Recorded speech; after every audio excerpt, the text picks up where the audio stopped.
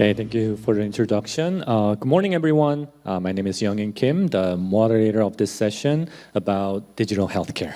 So I'm the founder and CEO of wellness curation startup Gajirep. And before founding Gajirep, I used to work for a global healthcare company called Noom for 7 years as medical director and took care of Korea and Japan office.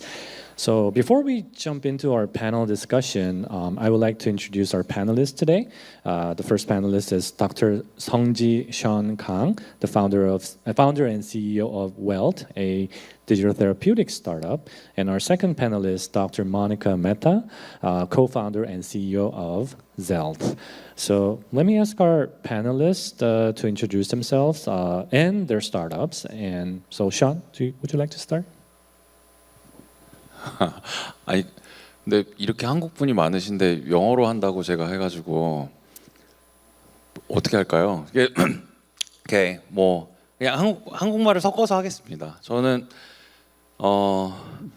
So thank you for introduction, and my name is Sean, and I graduated medical school, and I work for Ministry of Health for 3 years, and after that I got offered from Samsung. So I was in charge of digital healthcare policy and strategy for Galaxy S and Galaxy Watch and Samsung Health in there. And accidentally, I got a chance to build my project as an in-house venture in Samsung, and I got a chance to spin out. That was 7 years ago, and that was start some story, birth story of Welt. So that is why I am in charge of this company, and so this is 7th year, and we start to develop the digital therapeutics after making a regulation from MFDS, which is Korean FDA, and we got approval from KFDA last April, and we're paving the road to get reimbursement and some globalization to be a digital pharmaceutical company. 그래서 디지털 제약회사가 된다는 생각으로 지금 회사를 이끌고 있습니다. 감사합니다. Okay, thank you so much. And I think everyone would know that it's not about his English ability, but due to the delicacy of the matter about regulation, he might switch on and off English and Korean and so on.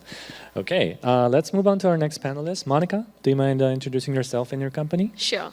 Hi, everyone. I'm Monica. It's my first time here, especially for this. I'm very excited, so thank you for having me. As my personal background, I'm originally come from India, and I'm based in Singapore for last 10 years now. I did my PhD in medicine, and after that I worked in Singapore in Sing Health and then a pharma company, majorly doing cancer drugs and autoimmune diseases. In 2019, I lost my aunt to cancer, and it wasn't really like cancer. There were a lot of other gaps which I first-handedly saw as a caregiver, majorly revolving around not getting the care that a patient deserves, especially when the patient is outside the hospital. Because as a chronic patient, you would be spending a lot of time like outside hospital. You don't really have that awareness how to handle certain symptoms, when to take the action, what medicine to take. The time that you get with a doctor is not really enough. So I kind of left my job and joined an accelerator firm with this vision that, okay, we want to solve this. It's been 3 years now, a lot of ups and downs, going well. It's always like, this is never always well, but it's always like, as long as you keep moving. So, so that's how we founded Zelt. What exactly we are trying to solve through Zelt is, we are helping hospitals, one, automate their outpatient care, which means once the patient leaves the hospital, how can hospitals keep track of what is happening to the patient once the patient is at home? So we do it using remote monitoring and couple of AI algorithms. And it helps patient also get that peace of mind because they are always connected with the doctor. They get the care that they need, and it reduces burdens for the hospitals as well. So that's what we are essentially doing at Zelt. Okay, thank you so much. And also, Dell's got the investment from very famous global accelerator called YC. So I think they kind of recognized their potentials as well. Okay, before we jump into the questions, let me provide a little bit more of a background of this panel discussion. In this session, we're going to navigate what kind of innovation is happening in the digital healthcare field, especially focusing on the experience of our two panelists. One is digital therapeutics, and another one is about monitoring patient and outpatient care services. And also, we would like to talk about regulation, which is very important regarding the characteristics of the healthcare industry and what are the ways to set the healthy boundary between innovation and regulation. So let me start with the first question to both of our panelists. The first question would be, can you tell us which field of healthcare you're innovating in and what are the biggest challenges your company is facing at the moment? Sean, do you like to start? 이제 한국말로 할게요. 가장 큰 챌린지는 어떻게 빠르게 변화하는 플렉서블한 물성이 다른 헬스케어 제품을 우리가 세이프티, 에피커시, 코스트 에피션시 이런 것들을 산정해낼 수 있느냐, 관리해낼 수 있느냐인 것 같아요. 지금 사실 약도 데이터거든요. 임상시험 데이터가 저장되어 있는 밀가루가 약입니다. 그래서 그 데이터를 몸에 입력했을 때 치료라는 효과가 발현되는 것이 사실은 약이 본질이거든요. 근데 그 데이터가 사실은 굳어 있었죠. 근데 그 데이터가 디지털로 오면서 훨씬 더 유동적으로 바뀌는 디지털 헬스케어라는 것은 그런 개념일 수 있는데 기존의 틀로서 그것들을 담아내는 그 트랜지션의 과정, AI도 그 중에 하나의 요소일 겁니다 아마. 그래서 이게 어디로 튈지 모르고 어떻게 갈지 모르겠으니까 안전성과 유효성과 그 가격을 매기는 메커니즘을 이 새로운 형태의 제품들을 관리 등장했을 때에 대한 틀을 다시 만들어내지 못하면 아마 그 틀 안에 그 제품이 갇힐 거거든요. 그래서 그 부분이 가장 챌린징한 거라고 지금 생각하고 어쨌든 우리가 지켜야 되는 그 가치를 유지하는 단계 안에서 기술을 좀 합리적으로 발전시켜내는 것을 찾고 있습니다. 정부와 업계가 같이. 네. Yeah, I think Sean already have mentioned. I think it's really important for the role of the government and role of the private sector because innovation doesn't just happen, based on the sole action of the startups, but the regulation and the regulatory entities should work together to build up this new change. And I think Welt already have survived more than 7 years adapting to the new environment, time to time. So I highly assume that he's gonna continue his innovation as well. Let's move on to Monica. Sure. So the biggest challenge, of course, there are a couple of challenges. Biggest challenge, I would say, would be the business model, because companies in digital therapeutics or digital health always face this challenge: who pays? You're essentially helping with better patient outcomes, but patients generally would not pay, and they shouldn't be paying. Doctors would not pay. It's who are you benefiting the most, and it's generally like the first thing which every startup would be asking. Whose problem are you solving? But when it comes to healthcare, it's like so complicated. Patient is at the center. You have different stakeholders around. You have hospitals, doctors, insurance, pharma. Everybody is getting benefited in some way or the other. But who pays still remains the most biggest challenge, I would say. Like, I can't emphasize enough on that. So that, I would say, one major challenge. And the way to solve it is, when we started up, I used to feel that US has solved it, but recently with all the things that have been happening in digital healthcare space in US, feels like even US hasn't solved it yet. Maybe value-based healthcare does solve it to a certain extent, where we kind of prioritize and incentivize all the stakeholders for better patient outcomes, including remote monitoring, spending as much time with the patient, making sure that they are whatever treatment is given, that is the best treatment they could ever get, and then taking it from there and then paying it for the outcome, not really for the treatment. That's what US has been trying. They have been successful in certain aspects, not in certain aspects. So I think the worldwide, we are very early. Nobody has figured it out yet.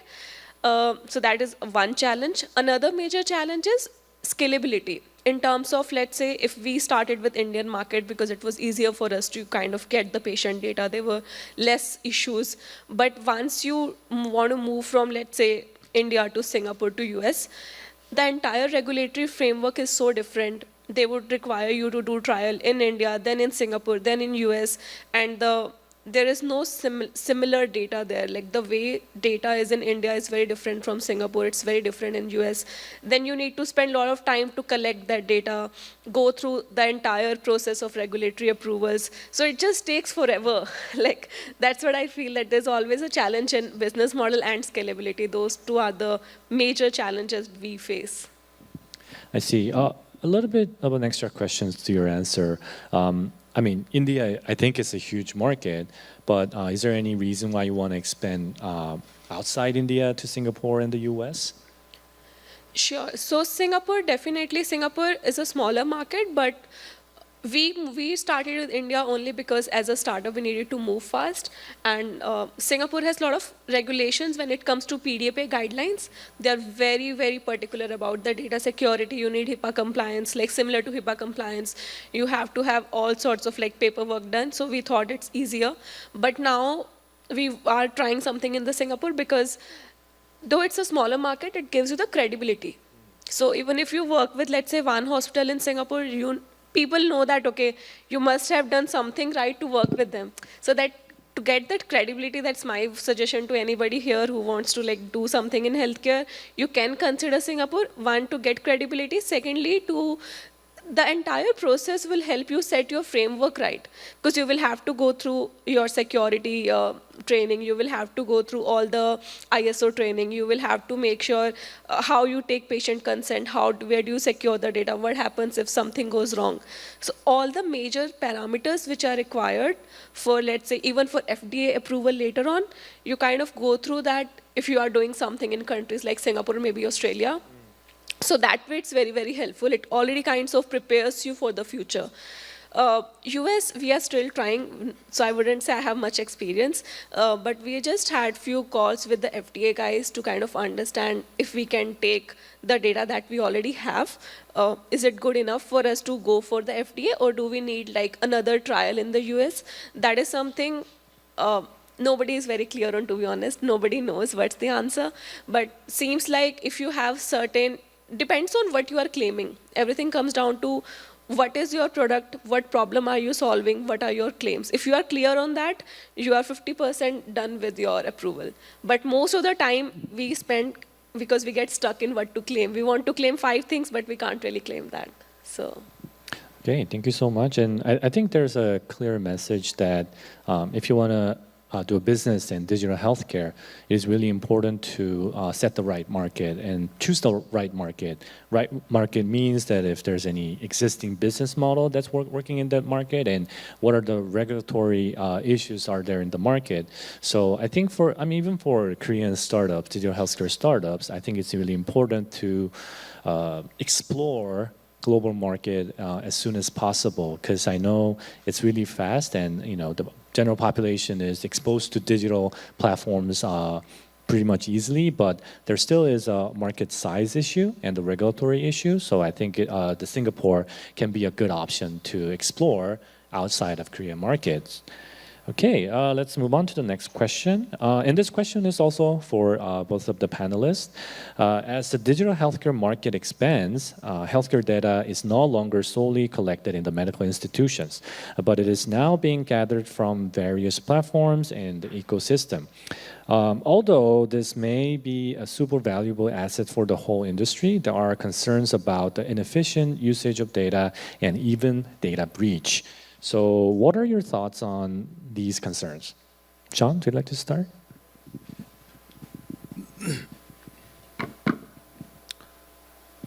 결국은 마이데이터가 방법일 것 같습니다. 이 개인이 데이터의 활용에 대한 책임을 지고 그것을 운영할 수 있는 인프라는 이미 깔려 있기 때문에 사실은 개인 정보를 쪼개놓는 효과가 있을 거거든요. 이 개별로 하나의 브리치가 생겨서 다 퍼져버리는 게 아니라 한 명 한 명에게 그냥 분산시켜 놓는 그런 데이터를 바탕으로 지금까지는 병원 중심의 혹은 뭐 기업 중심의 그런 데이터들만 있었던 건데 그것을 다시 해체하고 재조립해서 그 사람 중심의 환자 중심의 데이터를 다시 구성하면 그 자체가 사실은 임상적 가치를 훨씬 더 지니고요. 시계열적인 파악도 하기가 더 좋을 거고요. 뭐 비단 헬스케어 그 산업뿐만이 아니라 다른 분야까지도 지금까지 우리가 개인에게 맞춰진 형태로 제공되지 못했던 부분들이 이제 다 맞춰지는 결과를 이제 도출해낼 것이라는 기대가 있습니다. 그래서 저는 로켓 배송이 마이데이터의 하나일 거라고 봐요. 그러니까 이마트에서 그 물건을 선별하는 분들, MD 분들이 사실은 마트 중심의 데이터를 본 거잖아요.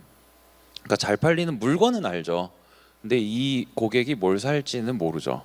근데 쿠팡 같은 경우에는 그 고객이 뭘 클릭했는지 뭘 담았는지까지 다 아는 상황에서 이 사람이 뭘 살지를 알 수 있게 될 거거든요. 그러면은 그 다음에 할 일은 그 사람이 살 가능성이 높은 물건을 그 사람 가까운 물류센터에 갖다 놓는 거겠죠. 그러니까 로켓 배송이 가능한. 그래서 그런 경험의 차이를 만들어내는 게 결국은 지금 데이터에 대한 우려를 그래도 최대한 최소화하면서 그것에 대한 활용 가치를 극대화할 수 있는 방법일 거라고 봅니다. Okay, I think Sean pointed out a really important aspect because when it comes to security, data breach, always we want to make sure that there's no breach or no security issue.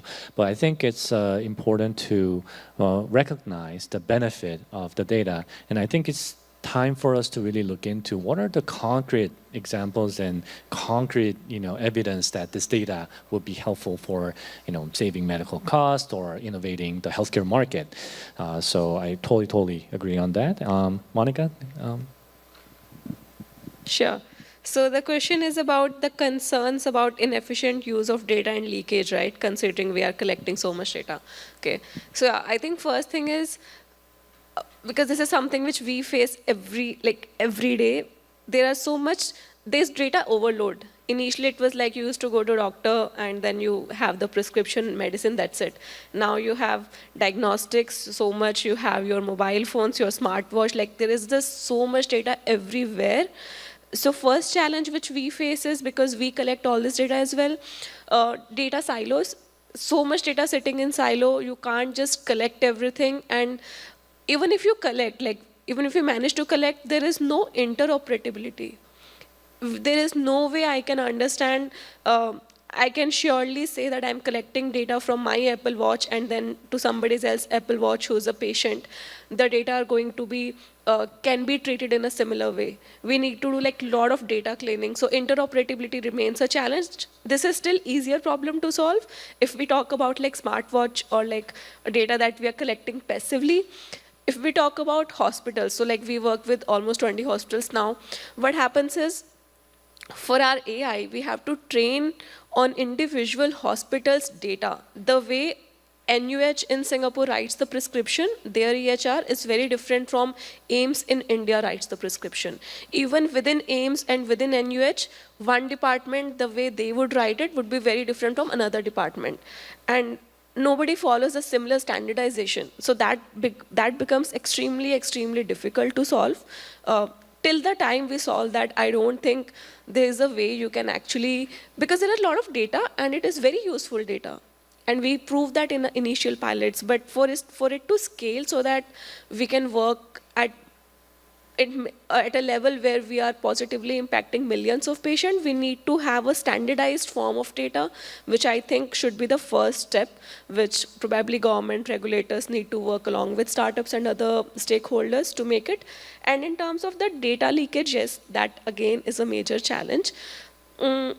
Recently, there have been some data leakage in AIMS in India, and couple of 2019 when I was working in Singh Health, almost 1.5 million patient data was hacked in Singapore, including the late Prime Minister Lee Kuan Yew, and it became extremely difficult to do anything in Singapore at that time because government became so paranoid. So what they did, they just cut all the Wi-Fi connections within hospitals. You had to work within your firewalls. So it was very difficult for any startup to work with hospital there.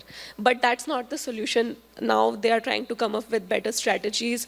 One thing that we are doing in our company is making sure that once the patient is onboarded, having that consent, that clear terms and conditions, making sure that the patient knows what happens if data gets hacked, who is responsible, what are the steps we are going to take. So making that visibility so that patients are also aware.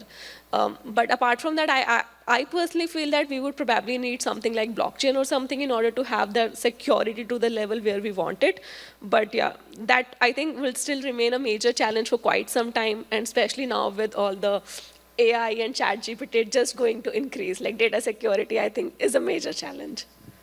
Yeah, I totally agree with you because not only about making the data safe, but also letting the patients understand how their data has been used and what are the measures that we, as data collectors, take to make it secure.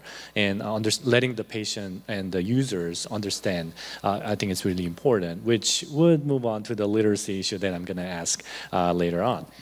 Okay, next question to Monica as well. So currently, there are no clear boundaries or guidelines in the medical industry regarding the usage of large language models, such as ChatGPT. So do you believe that LLMs should be classified as medical devices and considering their usage of medical purposes? If so, please share your opinion on the necessary regulations and potential risks that may arise during their usage. Sure. So first thing is, large language models itself is just an AI model, right? So it's not a medical device on its own. The question is, if a product is using large language model for whatever outcome they are looking at, what is the safety of that product? For example, we do use large language model, at least in the pilot stage we are now trying. The first question that comes from hospitals, from insurance is, do you have any doctors involved who has built it? That is always the first question. Involvement of clinician is the key. And secondly, do you just integrate with ChatGPT and that's it? Or do you actually train it for your use case? If you train it for your use case, it becomes much more reliable. Having said that, it still is risky to a certain extent because nobody knows what's going on in the back end. Nobody can see that. Probably Microsoft or Ling will have much more idea.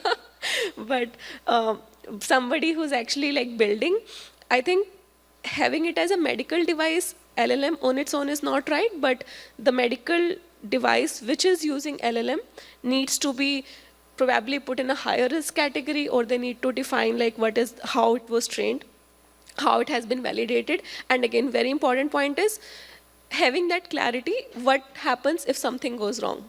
If LLM says if it hallucinates, because it does, and if it hallucinates and it gives something wrong and something goes wrong with the patient, who is responsible?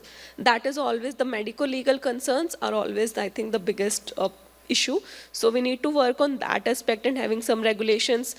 This is exactly how couple of years back when regulations were being made for software as a medical device. It's similar to that, but just one more level deeper. Software as a medical device with LLMs. So probably need to work with the regulators too. Yeah, thank you so much. And I totally agree that the hallucination issue in the healthcare field would be much, much more critical than other industries because it may harm the patient. So yeah, I agree. But still, I think it's really hard, to set up that regulation because it's really hard to understand how it works. So I think we should have that some boundaries in the middle so that we can fully use the potentials of this new technology, but at the same time protect patients' safety. Yeah. Okay, let's move on to Sean. So, in your recent interview, I mean, it's your quote, but if digital therapeutics can specify the user's risk factors, physicians can prescribe medication based on those data or suggest them to visit a medical institution, even in an outpatient setting. So it will be beneficial for the growth of the overall healthcare and pharmaceutical industry. Could you give us a little bit more details about the benefits that these technologies and services can bring to the related industries as well as the users? 저한테 오는 질문이 많지 않아서 한 번에 쭉 정리를 해봐야 될 것 같은데요.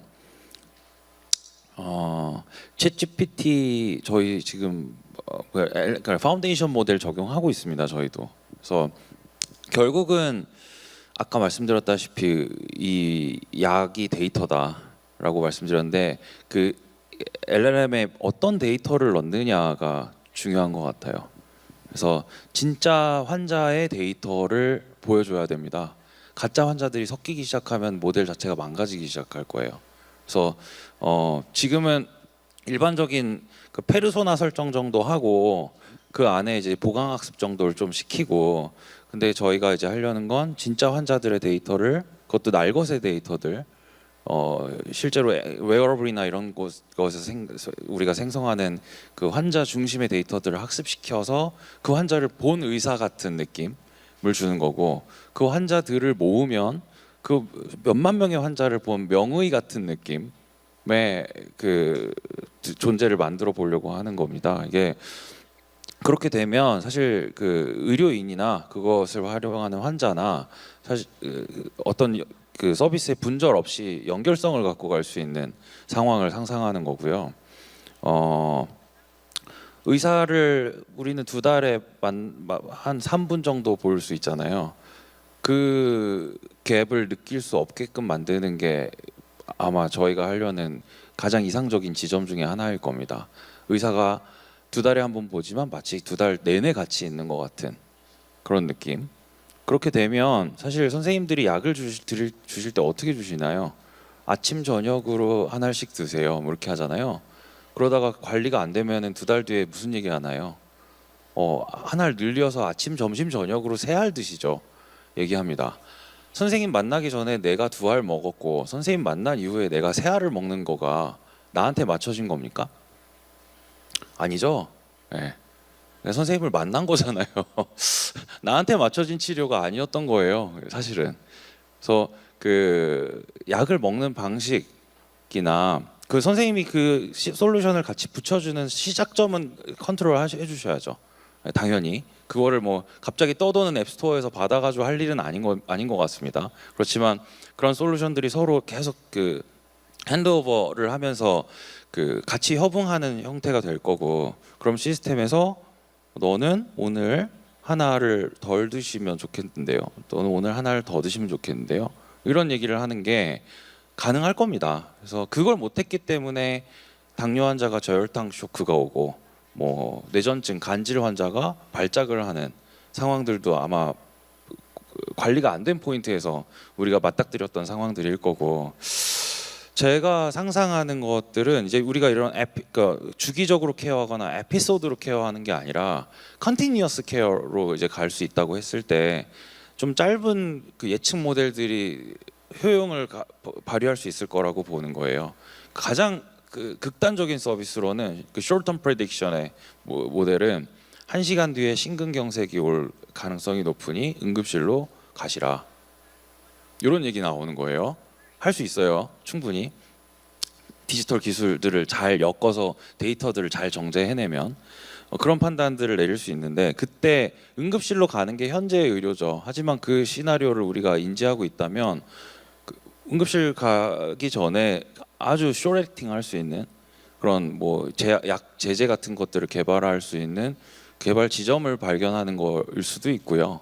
그냥 에피펜 같은 거 팍 꽂아서 뭐 이렇게 아나필락시스 같은 거 이렇게 눌러주듯이 심근경색이 왔어요. 올 것 같아요. 그러면 1시간 안에 작동할 수 있는 약을 개발하겠다. 라는 것도 가능할 거고요. 그래서 제약산업과의 공동적인 공동 프로젝트나 그거를 새롭게 이제 열어주는 그 기회들을 찾는 방식도 충분히 상상이 가능하다. 저희가 만드는 건 사실은 내비게이션일 것 같습니다. 그런 면에서 제약회사는 터널을 뚫는 느낌이고요. 의사는 운전대를 잡고 있는 사람이고요. 환자는 뒤에 탄 승객이거든요. 내비게이션이 없는 세상을 생각해 보신다면 사실 돌아가기 힘들지 않습니까? 근데 그 내비게이션이 처음에는 그렇게 현실을 잘 반영하지 못했거든요. 왜냐하면 지도에 있는 데이터만 갖고 왔으니까. 근데 그 지도에 없는 데이터들, 실시간 교통 정보나 이런 것들이 그 위에 오버레이 되면서 현실을 더 잘 반영하고 그것들을 연산해냈을 때 메타버스죠. 그래서 그 현실을 더 잘 설명해내는 설명력을 지니게 된 건데 그것이 이제 디지털 헬스케어라는 디지털 테라피틱스라는 영역에서 우리가 완성시켜낼 수 있을 때 상상 가능한 시나리오일 것 같아요. 네, 이 정도 답변 드리면 될 것 같습니다. Okay, actually, Sean pointed out really important aspect about what should be the role of the digital health therapeutics, because at the moment, it is kind of a replacement of the conventional medicine. So the price model, of course, should be compared to the price of the conventional medicine, which is very cheap, in some cases. But in terms of the continuum of care, I think what digital therapeutics can provide is not just about the therapeutics impact, but also, data impact that might bring us much bigger impact. Which means that the business model that the digital therapeutics can have a wider view in that sense. Okay, let's continue with the next question to Monica. So when we talked about the business model and the data safety, we also kind of briefly mentioned about the patients' digital literacy. So various countries are conducting nationwide literacy surveys, or they support the development of digital platform to bridge the gap in literacy among the users of digital healthcare products. Since your product is helping patients out through improving their literacy, what are the criteria do you think should be used to measure digital health literacy? Sure. So I think the first and foremost point is adoption, right? So if we build something and if there is nobody using it, there's a big problem. And there can be multiple reasons. So when we talk about digital literacy, first and foremost important point is, are we just building another app which nobody wants to use? Or we have built something which is people want to use it, but maybe the usage is low because it's on a wrong platform. So when we started up, we built an app and then usage was low. We realized that, and this I'm talking about Indian market, people were very active on our WhatsApp chatbot, which only had 5% of the features which we had on app. But we can't force the user, right? We have to see what users are doing and make changes in our product. So we shifted everything, whatever we had on our app, to WhatsApp. And within 1 month of launch, our daily active user went from like 7% to 52%. And that was huge. And that gave us one learning that it's not that people don't want to use or people are not aware. You need to use a platform where there is lowest barrier to enter. So WhatsApp worked like magic for us. I don't know what works in Korea, maybe KakaoTalk, I don't know, I just heard about that. Maybe something like whatever works. It may be Messenger, it may be like in US, SMS, normal messaging, WhatsApp, Slack, whatever platform works.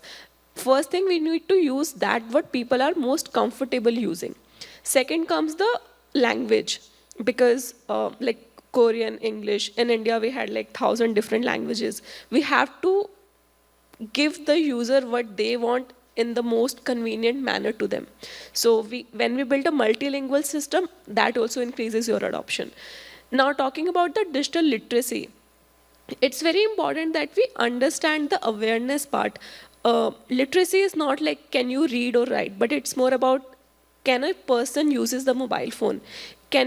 If we are providing something over WhatsApp, if we are providing you, let's say, healthcare over WhatsApp, can a 70-year-old person use it? And in India, we have worked with like many villages, many smaller towns, where even a 60-year-old could use WhatsApp. Even if not type, they will just send a voice message. So that also works for us. And our system is able to like generate the response and send it back. So that was a major learning that we felt initially that we'll only focus on metro cities because that is where the educated and people are. But the requirement is not, the of course use case is much more severe in the places where you don't have that healthcare accessibility, and that is smaller towns, villages. So how do we build something which these people can use? So first thing point, as I mentioned, is the platform, your language, and third is awareness. You have to also create some awareness. In our case, we made use of doctors. If a doctor tells someone to use something, people were adopting it, like no questions asked, because the doctor I trust has told me to use it. So the trust matters a lot, and the trust in healthcare comes from the doctor. Because if doctor tells you, you use it. If doctor tells you not to use it, you don't use it.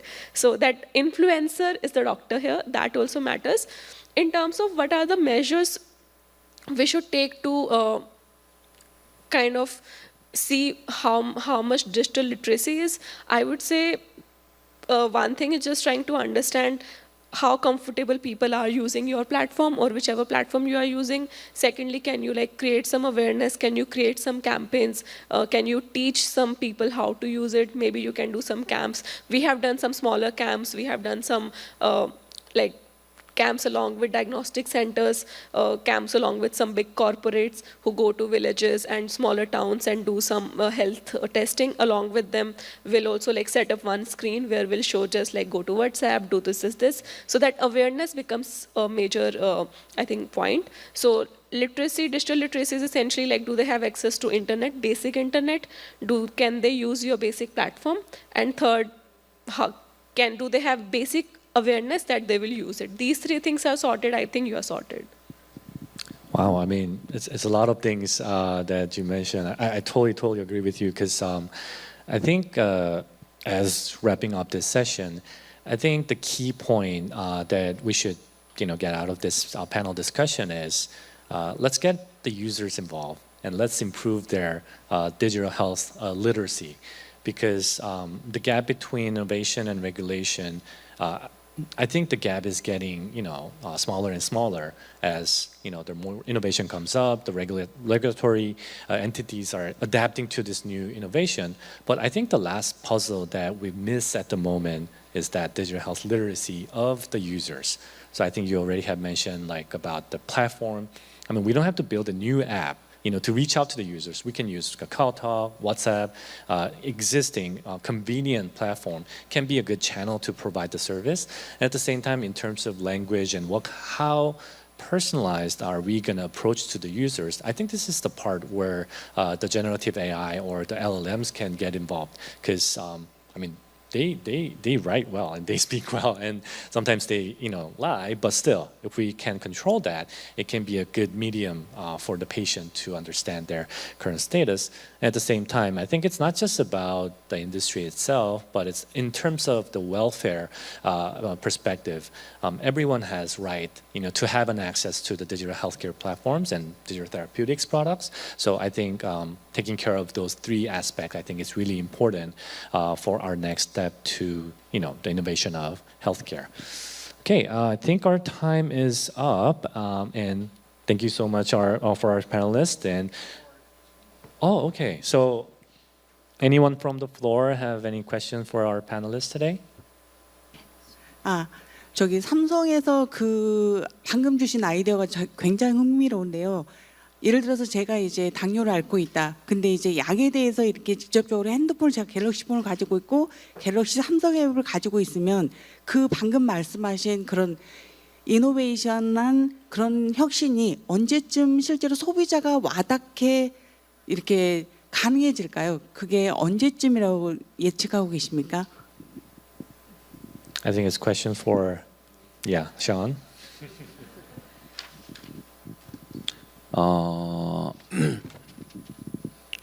그 이미 기술들은 있는데 그것들이 잘 조합되어서 이제 우리가 쓸 수 있는 단계까지 오는 거를 쉽게 예단할 수는 없는데요. 그냥 저랑 같이 일하는 다른 멤버들이 이 업계에 있는 사람들이 조금 더 제대로 된 방향으로 열심히 노력한다면 5년에서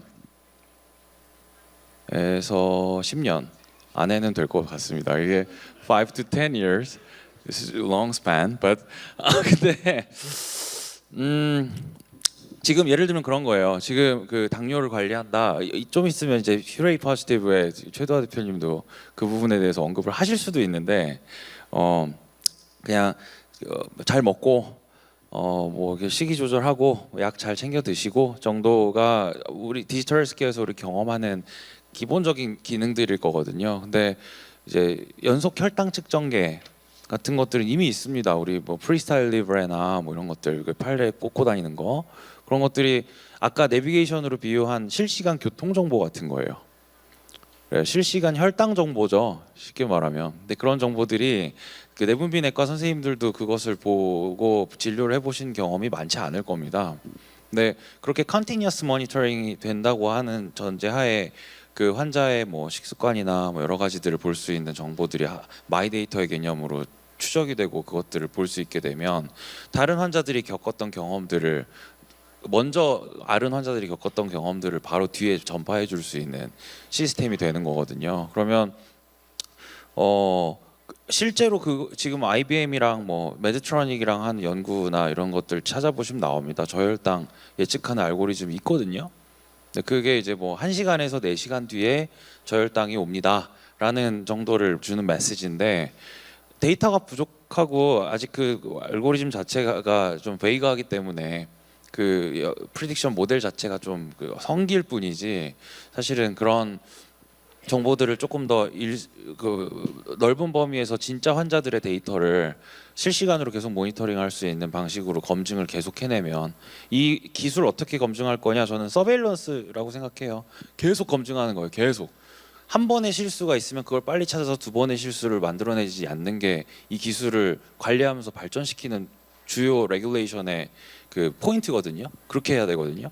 그래서 그것들을 검증해서 저혈당 쇼크가 있으면 얘기하고 약을 바꿔야 되는서 그걸 막을 수 있다면 그날만큼은 약을 하나를 줄이고 뭐 이런 식으로 그 뭔가 최적화된 형태를 누릴 수 있는 그 당뇨의 진심인 회사들이 아마 해낼 거라고 생각합니다.